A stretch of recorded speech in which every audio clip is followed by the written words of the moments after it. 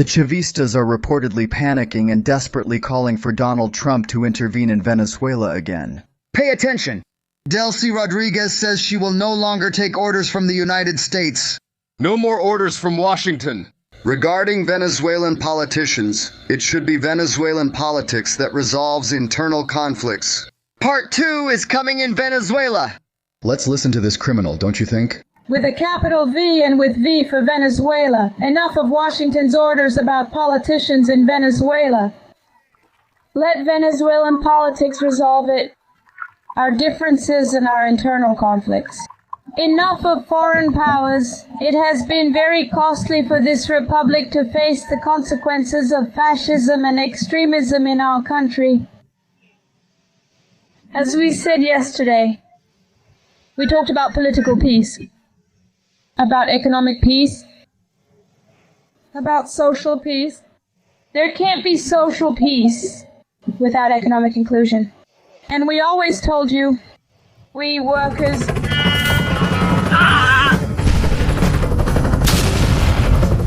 Well, it may sound crazy, but Delcy Rodríguez is desperately asking for a second intervention. From the United States.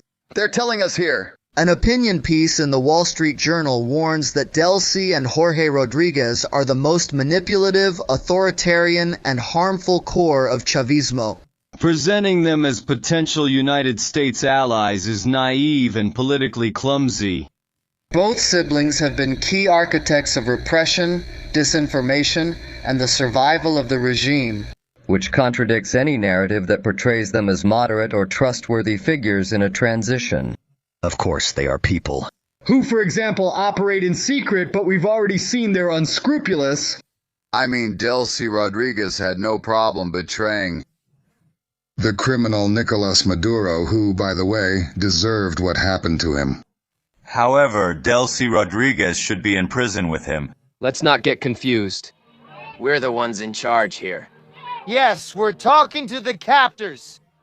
And yes, of course we're selling oil, and we will keep selling it because it's our oil. Yes. The resources will come thanks to Nicolas Maduro's resilience. Thanks to your resilience, resources will be available for and with the people. But let no one be mistaken. Be careful. Don't let yourself believe that it's a gift from the gringos. Be careful not to let yourself believe that now they're good people. They've never loved us. They never will. They're never going to love. The people of... You just heard another Chavista who talked tough, but did nothing when it mattered. It's about the Governor of Táchira, Freddie Berna, who made strong threats against the United States. And he said that they are the ones who govern, and that the oil belongs to them, the Chavistas. Well, we'll see about that. I'm struck by how bravely these guys act. The last time someone did that, which was Nicolas Maduro, who acted all brave, saying, "Come for me, I'm here in Miraflores, coward." That was said by Nicolas Maduro. Well, look how it turned out for him. He's wasting away in a United States prison. Unbelievable. Clearly these people can't defeat the United States. I'm not sure why they talk or say things like this. They make no sense. I imagine that Delcy Rodríguez does it to send an internal message within Chavismo, a message of strength, because otherwise I don't understand it. That's how I see it. Delcy Rodríguez says you can't defeat us. We won't let the gringos control us. Blah, blah, blah. But under the table, she's taking action. Just like that. Let's see. She is being accused of being responsible for handing over Nicolas Maduro. Just imagine. Look. The spy who betrayed me. Delcy Rodríguez met with the CIA at the Four Seasons in Doha, Qatar, a week before Nicolas Maduro was captured. Delcy Rodríguez, from Maduro's right-hand woman to Trump's political slave in the new dictatorship of Venezuela. That's what it says in the new dictatorship, obviously. But the point, and what I want to get at, is that, according to reports, both Delcy, Jorge Rodríguez, and Diosdado Cabello turned Nicolas Maduro in. What they are trying to do publicly is to act tough. Those who refuse to be pushed around by the United States. But in reality, they already did. Because they're the traitors. That's probably what's happening. Because otherwise, it would be very foolish of them. Extremely foolish. Look, I know they're foolish, that's obvious. But I'd be surprised if they were that foolish. Now here they're commenting to us. Russia claims there are traitors in Nicolas Maduro's inner circle. Facilitated his capture. The Russian ambassador in Caracas said United States forces arrested Nicolas Maduro. Was possible due to the negligence and cooperation of Venezuelan officials. Linked to United States intelligence. According to the diplomat, Moscow has already identified those responsible for the betrayal. Obviously, that's why these people try to send a message of strength, of authority, that they are unbreakable, that they won't allow themselves to be manipulated. Because otherwise, they end up looking like the traitors we all know they are. Don't you think? Now pay attention to the next news story because it's going to make you laugh a lot.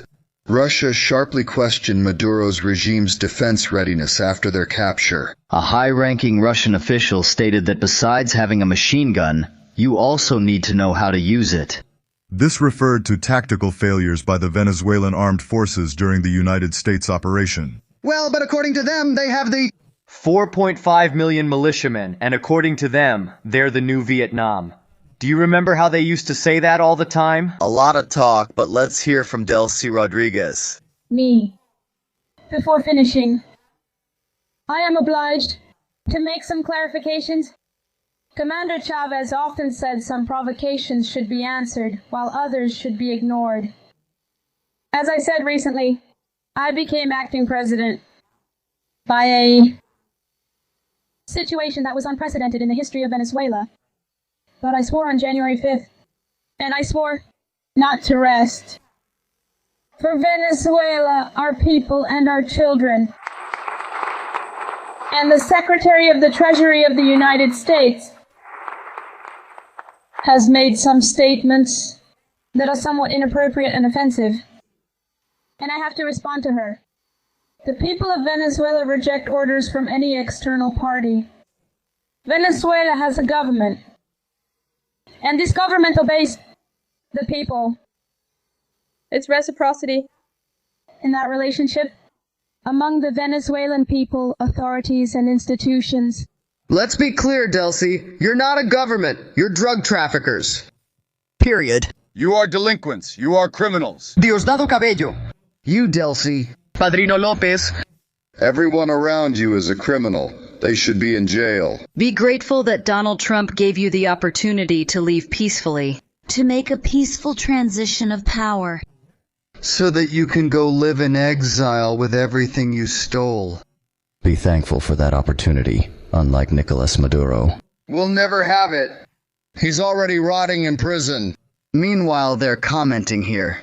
Urgent statement from Donald Trump about Venezuela. I'm pleased to report that Venezuela is releasing its political prisoners at an accelerated pace, and that this pace will increase in the coming times. I thank Venezuelan leaders for accepting this strong humanitarian gesture. President Donald J. Trump. I tell you, on one hand, Delcy Rodríguez speaks. Blah, blah, blah. She's also following Donald Trump. That's her harsh reality. She must obey or go to prison with Maduro. Ladies and gentlemen, thank you very much, and I'll see you next time.